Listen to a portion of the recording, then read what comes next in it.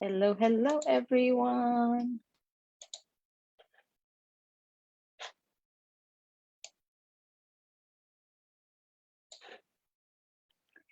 All right. Hi, everyone. Thank you so much for joining us for today's Nonprofit Enthusiast Live.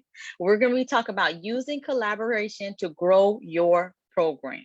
So we're going to hang here a little. If you have any friends in the group, please tag them before we get started. If they're not in the group, you can invite them to join the group and then tag them so that they can join in on this conversation.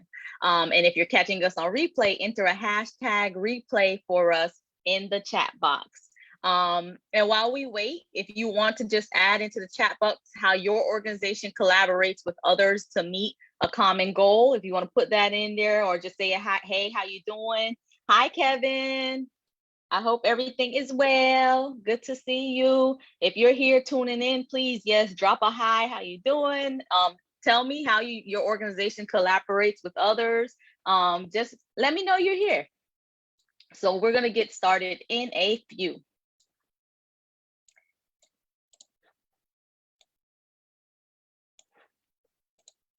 Tag others, invite them to the group. If you're catching on replay again, hashtag replay. In the meanwhile, I do want to thank our sponsor, Roots Arts, for sponsoring this month's Nonprofit Enthusiast Live. If you are looking for personalized jewelry to show your loved ones appreciation, be sure to check them out.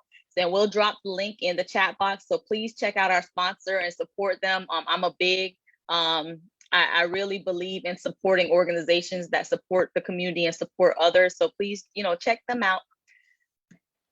Again, if you are joining us, please invite your friends to the group, tag them in so that they can tune into this live. Today, we're talking about using collaboration to grow your program. As you recall, this month's theme is program development. So real important part is collaborating with others. So we'll talk a little bit more about that in a few. And again, if you are catching us on replay, give us a hashtag replay in the chat box.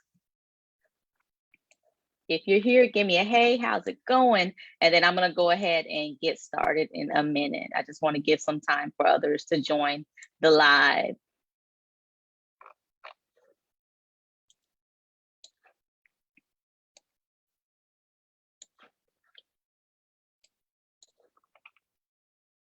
All right, so let's go ahead and get started. So the reason that I wanted to talk about this topic, so we're talking about program development this month, and I just want everyone to remember that we are much stronger together than we are alone. So the goal is to be able to include partners into your organization. And I really want to talk about this so that we don't get stuck launching our organization and feeling like we need to do everything by ourselves, especially when there's other partners that have strengths in different areas that we can bring in. So that's one of the reasons I really want to talk about this topic today. So I'm going to jump right into it. So with the pandemic, I know many organizations, we've had to pivot. We had to figure out, do things differently. Hopefully we're a little bit settled, but even with it, like, it's been constant change. So having partners and just remembering that we're stronger together than we are alone is essential. And it's a culture that's your organization to adapt, is collaborating, not competing. So you can do this through your volunteer program, corporate relationships, in so many different ways. And we're going to talk about ways that you can maximize using your volunteer program and corporate relationships to help build your programs.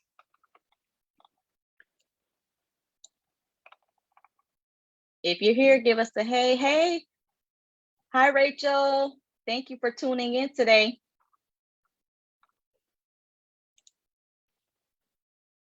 All right, awesome. Okay, and feel free in the chat box while we're here, and I'll check it ever so often. Drop in there. How does your organization collaborate with other organizations? Because think about it, if we bring our different resources together, and I'll kind of talk a little bit about how this can be done based off a model that our organization uses, where we can have a greater impact and serve more clients, or serve more people by doing that. So one thing you want to definitely leverage is human capital and align ourselves with companies and individuals that share similar goals and stabilize and maximize our organization's impact, especially during this time. So our organization, we use a framework called the Collective Impact Framework. This framework, it used to be talked about a lot more way back in the, I'll say the 2000s. But it's a framework that we've adopted and have used since we started. And what it does is pretty much the best way I describe it, and then I'll read the textbook definition of it. It's kind of like a potluck.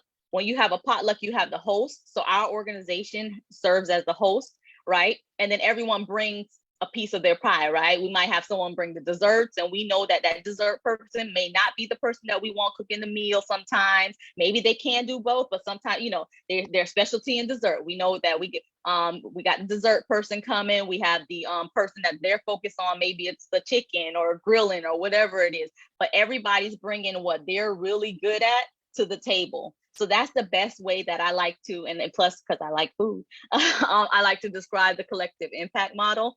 So the textbook definition is the collective impact framework work towards encouraging a relationship amongst organizations and or individuals with a common goal in order to promote social change.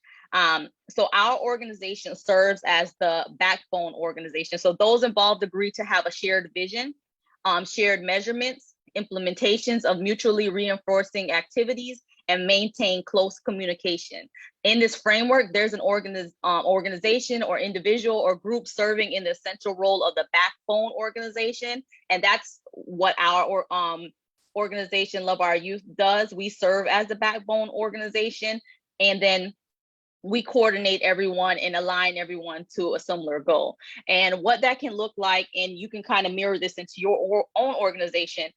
So for instance, Love Our Youth, our emphasis is youth. Everything has to tie back to the youth at the end of the day, but that might look a little bit different depending on our different initiatives. So an example of that is like our gardening program. So it's pretty much, we serve as that backbone, the host, the glue, all of that to kind of bring everyone together. And then we work with our local business partners to help fund the program. We work with local gardening companies to be able to facilitate the program. We work with a youth partner that has the students and the location. And then we bring everyone together. We organize the entire event, and we're all playing at our strengths. And guess what? Ultimately, we're able to have a greater impact on our youth community. So that's what that looks like. And I'm gonna check the chat box, see if there's any questions or anything regarding that.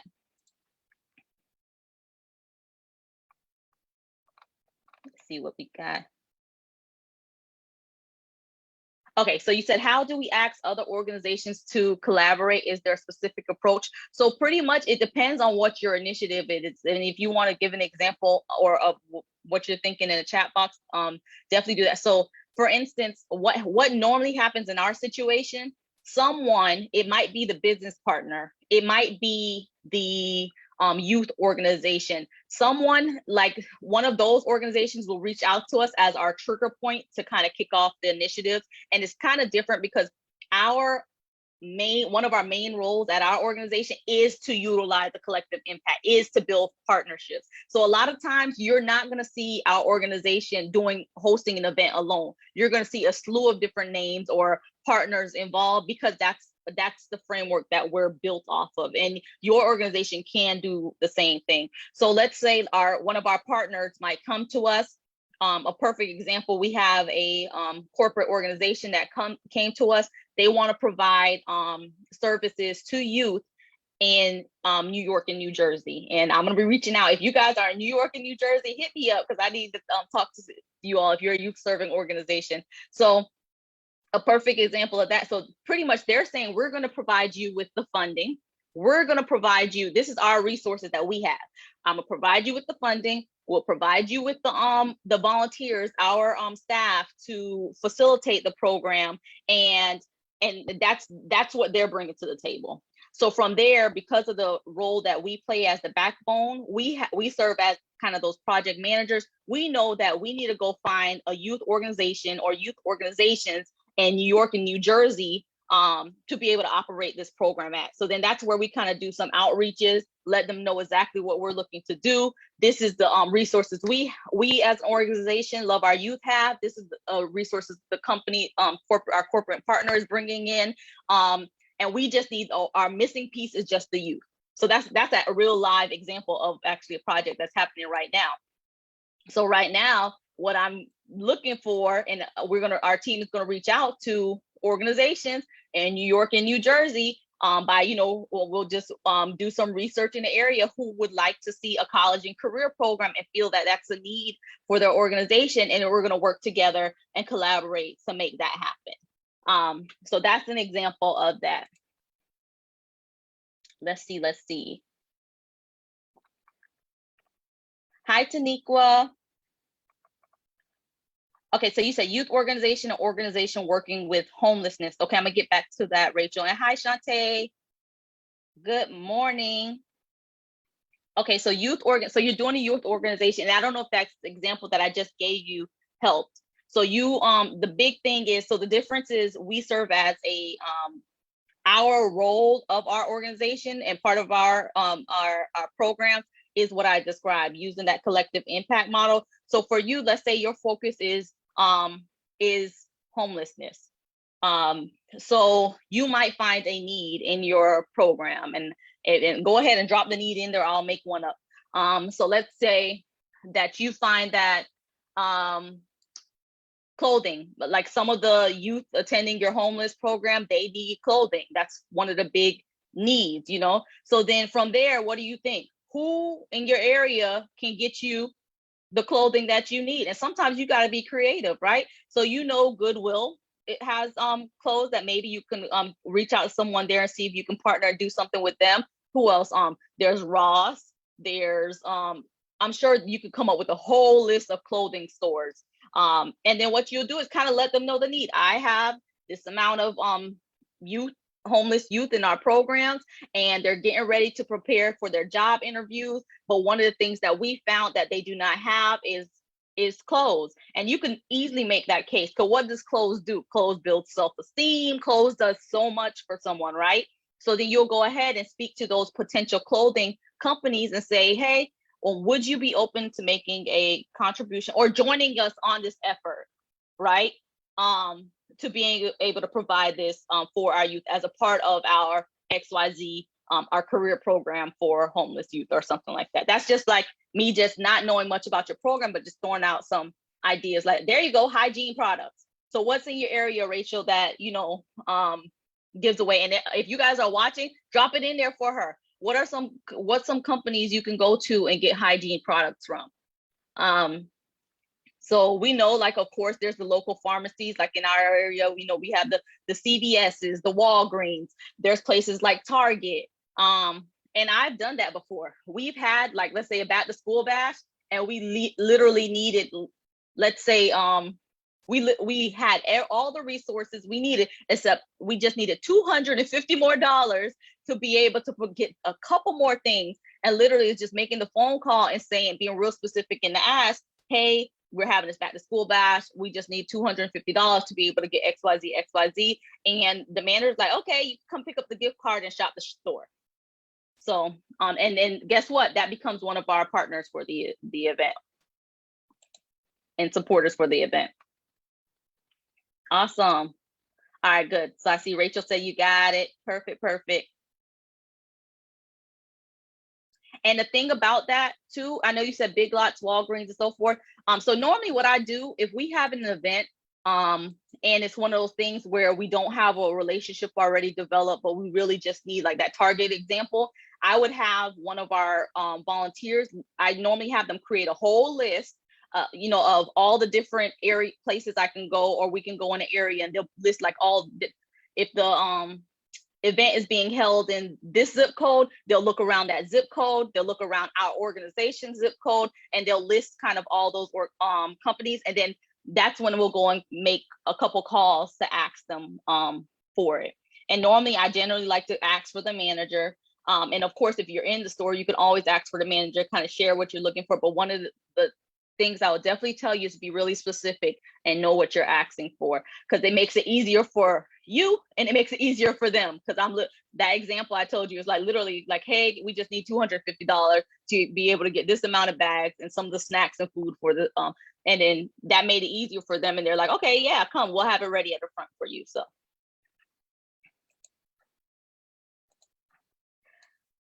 okay, so that's the big thing I want us to start thinking about while we're program planning. Like, we can't be everything.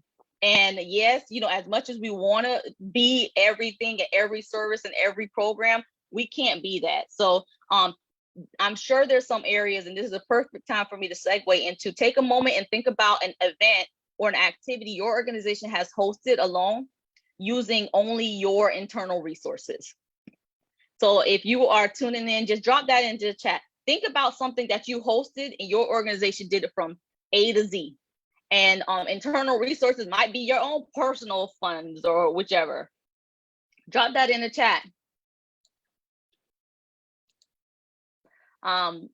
Because one of the things that I want us to start thinking about, and I know there's something, something that you're doing that you're like, man, it might be a quick, I don't know, if you're hosting an art class and, you all put it together and you go out and host it and you purchase the food for it and you purchase everything that's needed for the program. There we go. Okay, Men's Mental Health Week. So that's the example. So you all, Shantae, I'm assuming you're planning that internally and using your internal resources.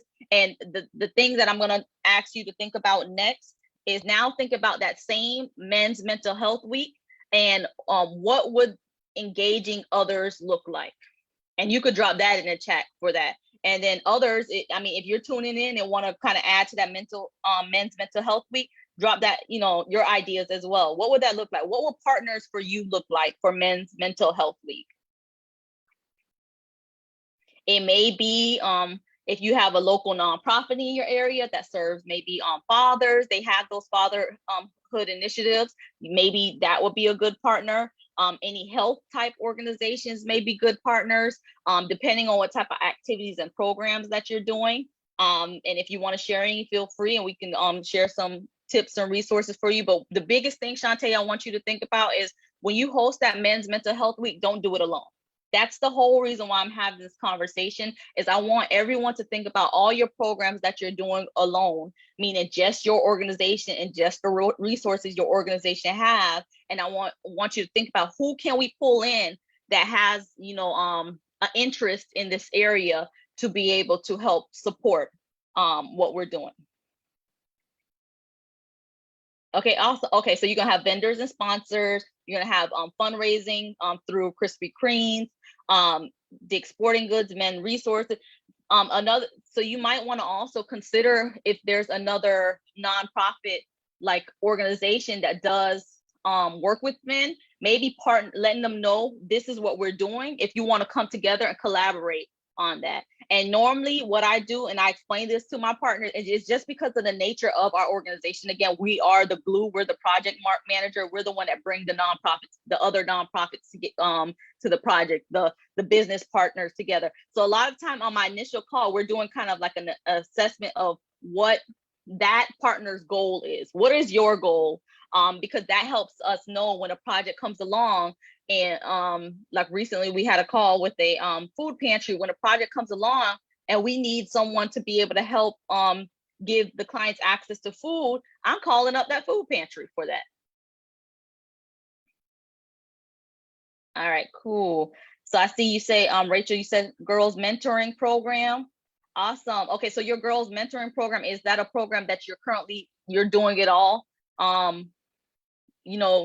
Pretty much yourself, or do you have partners involved? And I'm gonna assume that you don't have partners. So like with your girls mentoring program, the same thing. What kind of mentorship are you providing? It might be, again, let's say working with your local, whether it's your raw, or you're doing it all. Okay, yes. So it might be, think about the things that you need for your girls mentoring program. What are you doing? Are you purchasing food for them? Okay, I'm gonna assume that you are. So let's say you're purchasing food for the program. So what restaurants around you can you get involved in this initiative with you to be able to partner with you on that? And who knows, you might find a a woman entrepreneur who owns a restaurant that really can get behind what you're doing. So think about that. So that's the whole goal of this conversation. So think about, what am I doing alone? How can I involve others? And that's one of the keys to growing your program. And others don't always have to be businesses, nonprofit. It can be volunteers. And I guess this is we are having what we call the People Process Technology, our PPT webinar next month. And we're going to share that at the end, or we'll drop it in the chat for you all. Sign up for that, because one of the things we talk about is being able to grow your organization using those things, the people, the processes, and the technologies to be able to grow your organization.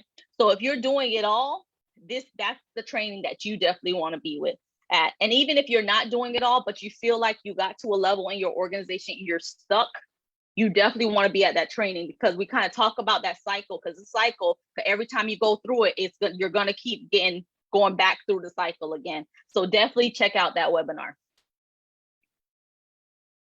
Okay.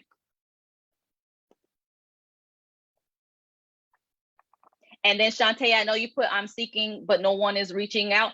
Sometimes think within your current circle. You might have people that knows someone, or is that person that can help you with that. And of course, like we talk about that in our fund development, that suspect versus the prospect and so forth. And we'll have that webinar coming up again in the next couple months, because the way we run our webinars, just so you know, if you miss it, that's okay, because we try to run them throughout the year. But I definitely say, like, for instance, fund development, we did that back to back. So that's not going to be back until later in the year. So definitely try to catch one of those webinars, because we go over some really good information.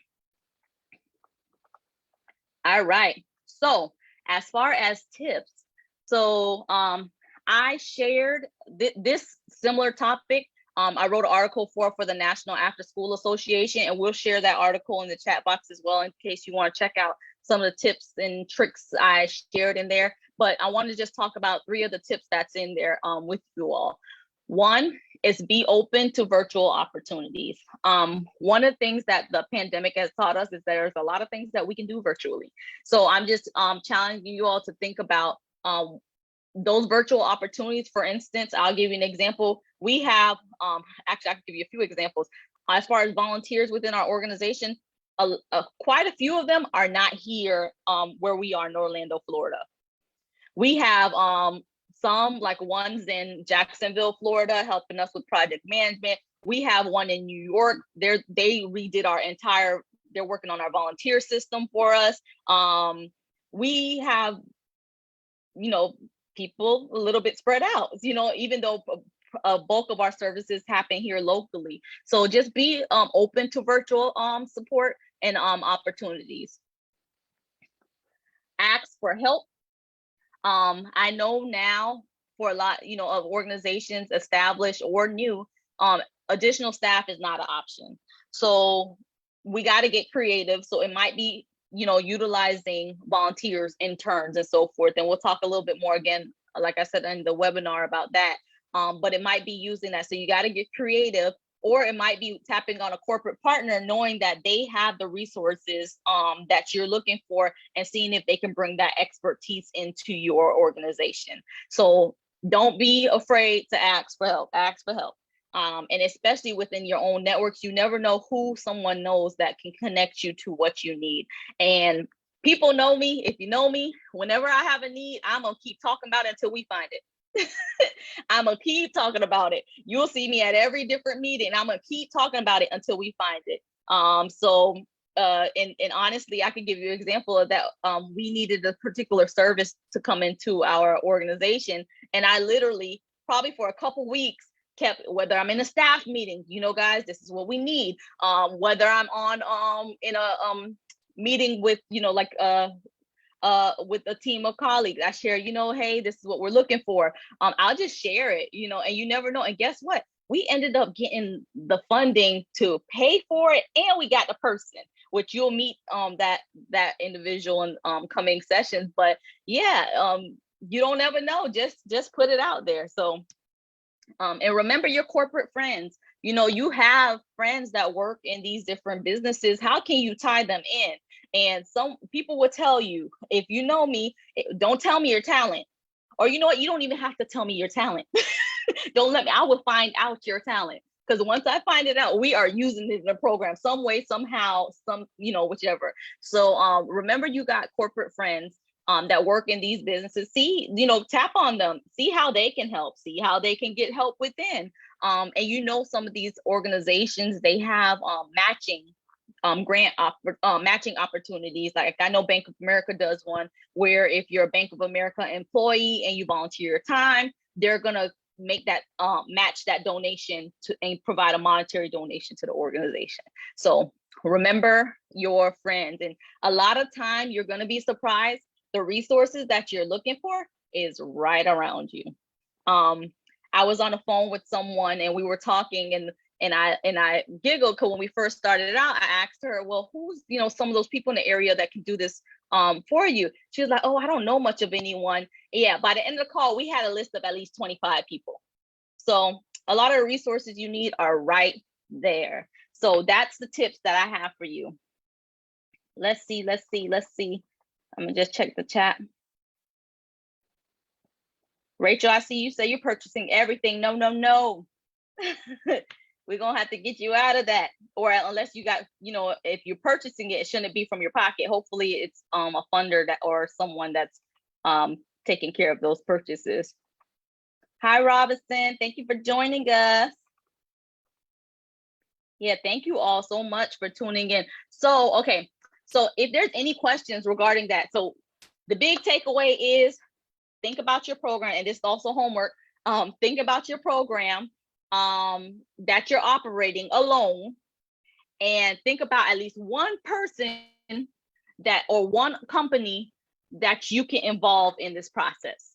So that's the whole takeaway. So that's your homework. Those projects or programs that you're doing alone, get someone or somewhere that has that what you're looking for, that resource that you're looking for involved. So don't do it alone. And that is going to help you grow your program tremendously. And just think about it, even funders like to hear that you're collaborating and partnering, especially with other people that have the expertise and portions of your program that's needed. So again, we're much stronger together than we are alone. And you'll hear me constantly saying that, because that's something that I use across the board. No matter what I'm doing, how can we bring others in? So that's your homework. And your next homework is to register for next month's free webinar, March 22nd at 7 p.m. I'm going to be talking about the PPT. And this is a model that oftentimes I do not hear in the nonprofit sector, more in the for-profit area, but it's a model that works. And when you implement it in your nonprofit, you are going to see constant growth. I'm telling you. So you definitely want to tune in to that webinar. And oftentimes I have organizations coming in, especially newer organizations, that you want to go straight to funding, or you just want to go straight into grants. You have to build that capacity to be able to get those, work up to getting those grants and funding. So that's part of why we do that PPT training, is to talk a little bit about that back end that you should start working on, bringing in a team, or even if it's starting with volunteers, interns, engaging your board. So we'll talk about that. So definitely that's your second homework, is to register for that training. Don't wait, do it now. Don't wait, do it now. So go ahead and register for that. And once again, I want to thank Roots Art Store for sponsoring today's and actually this month's Nonprofit Enthusiast Live. If you're looking for personalized jewelry, please show them some love and order, and we'll drop that link in the chat. Is there any questions? Let me check. Before I'm gonna go into updates, and then that will be it for today. And y'all let me know if you're liking these lives. I love doing them, but I just want to make sure that you all are getting what you need from them as well. And we find that doing it right in Facebook, I feel like that works. So give us feedback. We want to hear from you. Okay. So as far as updates for the group, Oh, thank you, Shantae. See, that's what we want to hear, just to know that, okay, it's making you guys are this information is helpful to you all, and we'll keep on going. All right, perfect. That's it. Thank you, Robinson. Thank you, Rachel. Okay, we're gonna keep it going then. We're gonna keep these lives going. And we do it really short, so that way if you're at lunch or wherever you are, you can kind of tune in, get your nonprofit fix, and then go right back to it. So as far as group updates, to this month, it concludes our February topic. So that's program development. This is our last discussion for this month. Well, we know it's only a Monday, but as far as program development. So next month for March, our topic is volunteer management. So as a reminder, if you're a newer organization and you're like, I don't know where to go, where to start, it's too much to kind of manage, just follow our monthly themes. That way, you know that we're going to be pouring into the group a lot of content behind those subjects. And then you're able to kind of just really focus. Okay, if our monthly theme next month is volunteer management, then my monthly goal next month is going to be around volunteer management. And that way you can maximize our webinars and these lives and ask the questions you need, because it aligns with your own goals. So just a thought, especially for newer organizations. And don't forget to check out the guides section. So at the top of the page in the Facebook group, you'll see guides. Check out that section, because we group, in case you missed any of our past months, we group them into sections. So you'll see fund development, program development, this will be in there, and you could check out those guides kind of using that course structure. All right.